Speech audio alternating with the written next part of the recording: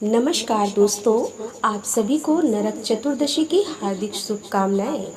दीपावली पर्व के ठीक एक दिन पहले मनाई जाने वाली नरक चतुर्दशी को छोटी दिवाली, रूप चौदस और काली चौदस भी कहा जाता है। ऐसी मान्यता है कि कार्तिक कृष्ण चतुर्दशी की विधि विधान से पूजा करने वाले व्यक्ति को सभी पापों से मुक्ति मिल जाती है। इस दिन शाम को दीपदान करने की प्रथा है, जिसे यमराज जी के लिए किया जाता है। हालांकि धनतेरस को भी यम दीपक जलाया जाता है। यह दिन मृत्यु, मोच और नकारात्मक शक्तियों से मुक्ति से भी जुड़ा है। यह दिन है नरक के कष्टों से मुक्ति पाने का। नरक चतुर्दशी की पौराणिक कथा के अनुसार नरकासुर के वध और 16,000 कन्याओं की मुक्ति से जुड़ी है। वैसे तो पुराणों में नरक चतुर्दशी से जुड़ी हुई बहुत सारी कथाएं हैं, लेकिन उनमें से एक बहुत ही प्रचलित और पौराणिक कथा आज आपको सुनाते हैं। आप सभी ध्यान पूर्वक इस कथा को पूरा अवश्य सुनिए।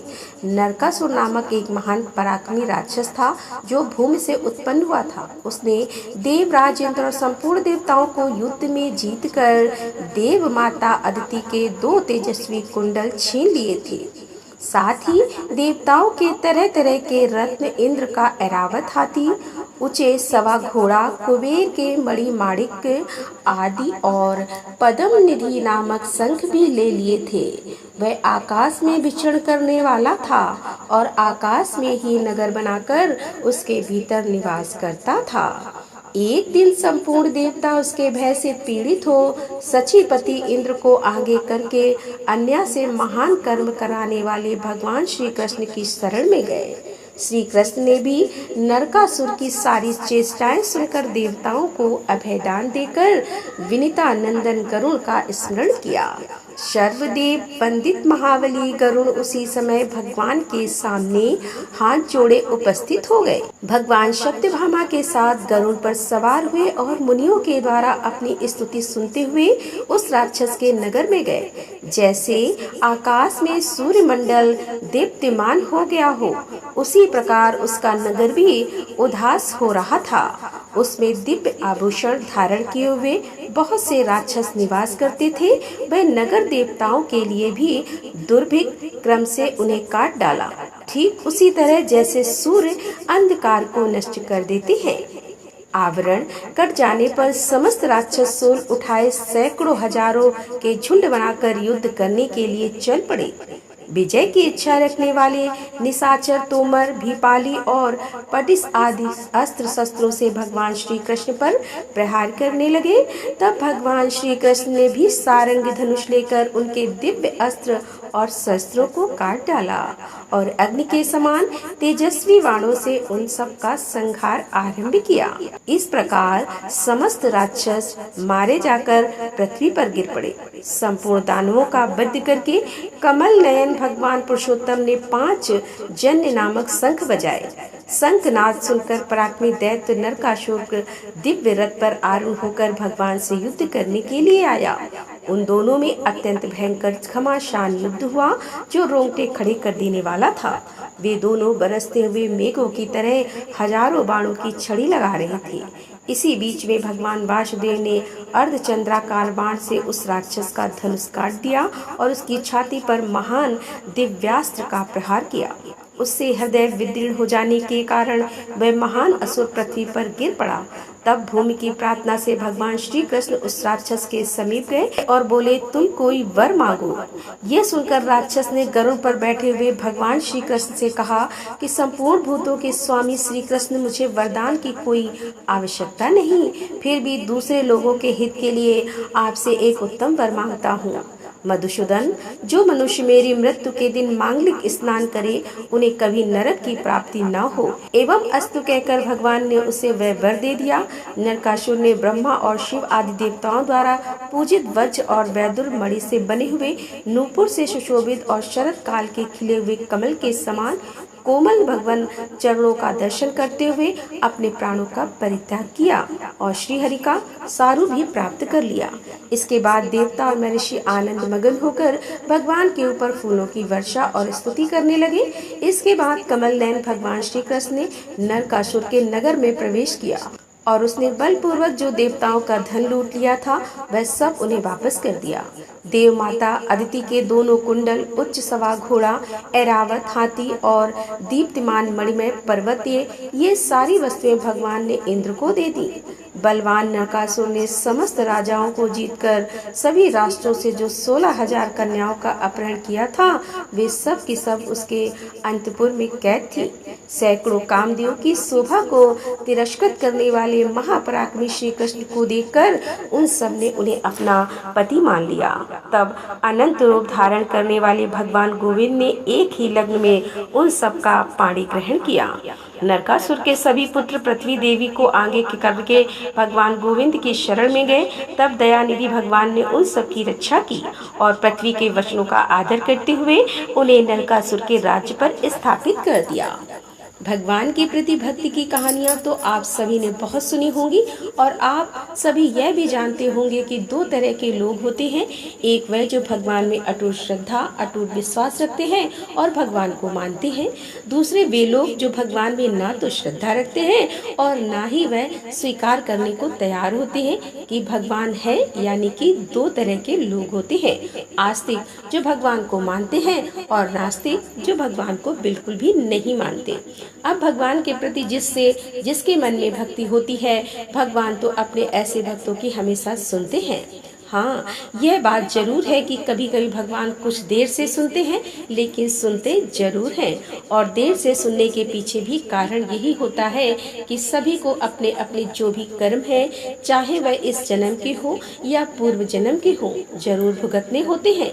अगर पूर्व जन्म में हमने बहुत पाप किए हों और इस जन्म में हम केवल भगवान में ही रमे हुए हों, तो भगवान की ही भक्ति कर रहे हों, तो इस जन्म में हमने कोई पाप ही नहीं किए हों, तब भी हमें इस जन्म में अपने पूर्व जन्म के पापों का फल भोगना पड़ेगा।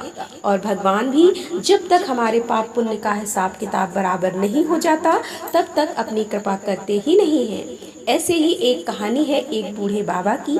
एक बूढ़े बाबा जो अपने पूरे जीवन भर सिर्फ राम नाम जपते रहे, भगवान की भक्ति करते रहे और अब वे बूढ़े हो चुके थे। सिर्फ बूढ़े ही नहीं हुए थे, बल्कि इतने कमजोर हो चुके थे कि अब वह बिना किसी की सहायता के अपनी जगह से हिल-डुल भी नहीं सकते थे, उठ भी नहीं सकते थे। ऐसी स्थिति में भी उन्होंने अपने मुंह से राम नाम को अपने से अलग नहीं होने दिया। कष्ट चाहे कितना भी था, बुढ़ापा उन्हें चाहे कितना भी सता रहा था, लेकिन उनके मन में राम नाम और हृदय में भक्ति बराबर जगी हुई थी। सारा दिन बिस्तर पर पड़े पड़े वह बूढ़े बाबा बस राम राम नाम जपते रहते और राम नाम लेने के कारण उन्हें अपनी तकलीफों को बर्दाश्त करने की शक्ति भी मिल रही थी। वह बूढ़े बाबा इतने कमजोर हो गए थे कि इतने निशक्त हो गए थे कि अपने नित्य कर्म भी वे अकेले उठकर नहीं कर सकते थे।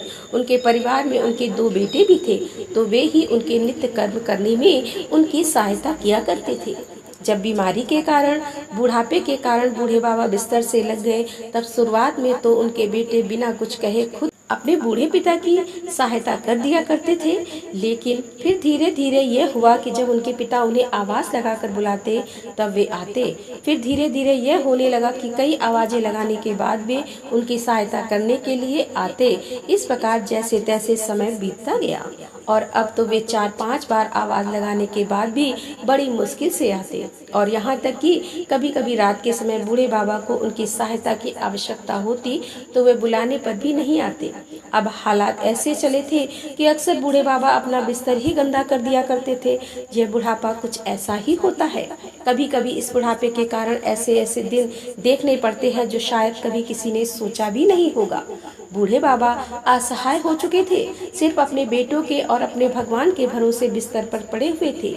आवाज लगाते लगाते बूढ़े बाबा का गला सूख जाया करता और जब तक उनके बेटों से उन्हें सहायता नहीं मिलती तब तक वे ऐसे ही गंदे बिस्तर में पड़े रहते।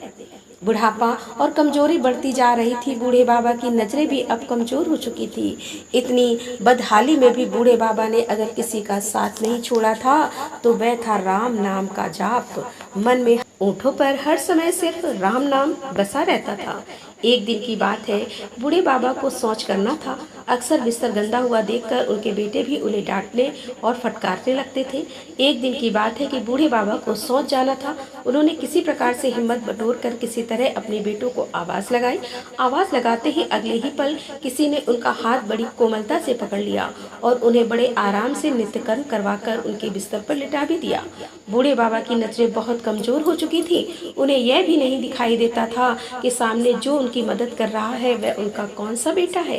कानों ने भी अब साथ छोड़ दिया था। उन्हें सुनाई भी बहुत कम पड़ता था। बूढ़े बाबा को बड़ा आराम मिला। अब तो हर दिन का यह काम हो गया कि जब भी बूढ़े बाबा आवाज लगाते, अगले ही पल उनकी सहायता करने के लिए कोई आ जाता और उनके सारे काम कराकर वहां से चुपचाप चला भी जाता। बूढ़े बाबा की नजरें और कान दोनों ही बूढ़ी हो चुकी थी, कमजोर हो चुकी थी। न उन्हें ठीक से दिखाई देता था, न सुनाई देता था। लेकिन बूढ़े बाबा इतना सब कुछ होने के बाद भी इतना तो समझ रहे थे कि एक बार आवाज लगाने पर ही आने वाला उनका कोई बेटा तो नहीं हो सकता और ना ही यह स्पर्श उनके बेटों का था। आखिरकार यह कौन है? फिर एक दिन जब बूढ़े बाबा ने अपने नित्य कर्म करने के लिए अपने बेटों से सहायता मांगी तो अगले पल फिर से वही मुलायम हाथों वाला स्पर्श उन्हें महसूस हुआ।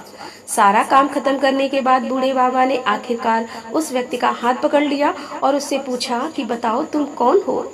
आज मुझे सच सच बताओ, तुम कौन हो? क्यों मेरी सहायता करते हो? तुम मेरे बेटे तो नहीं हो सकते। बूढ़े बाबा के सवाल के साथ ही अचानक उनके कमरे में बहुत तेज रोशनी हुई और प्रभु ने अपने दिव्य अवतार में वहां बूढ़े बाबा को दर्शन दिए।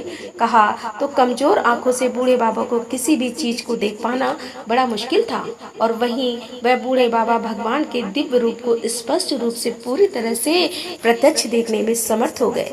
जिन भगवान का नाम वह पूरे जीवन भर लेते रहे वही आज उनके सामने खड़े हुए थे। यह देखकर बूढ़े बाबा उनके चरणों में गिर पड़े और भगवान के स्पर्श से उनके शरीर में शक्ति आ गई, ताकत आ गई और चरणों में गिरकर उनके चरण पकड़कर वह बूढ़े बाबा बोले कि भगवान मैं तो धन्य हो गया जो आपने मुझे साक्षात दर्शन दे दिए। लेकिन प्रभु मैं बहुत शर्मिंदा हूँ क्योंकि मैंने आपसे हर दिन अपने नित्य कर्म करवाए, यहाँ तक कि कई बार आपने मेरा गंदा बिस्तर तक साफ किया। प्रभु भगवान बूढ़े बाबा का हाथ थामकर बोले मेरे लिए सारे काम एक जैसे हैं। अगर वह काम मुझे अपने भक्तों के लिए करने पड़े तो मुझे यह काम करने में बड़ी खुशी मिलती है। बूढ़े बाबा ने हाथ जोड़कर भगवान से कहा प्रभु आप यह सब करने के बजाय मुझे मुक्त क्यों नहीं कर देते? ना आपको रोज रोज मुझे नित्य कर्म करवाने के लिए आना पड़ेगा और ना ही मैं इस तरह लालच में बेबस सब स्तर पर पड़ा रहूंगा।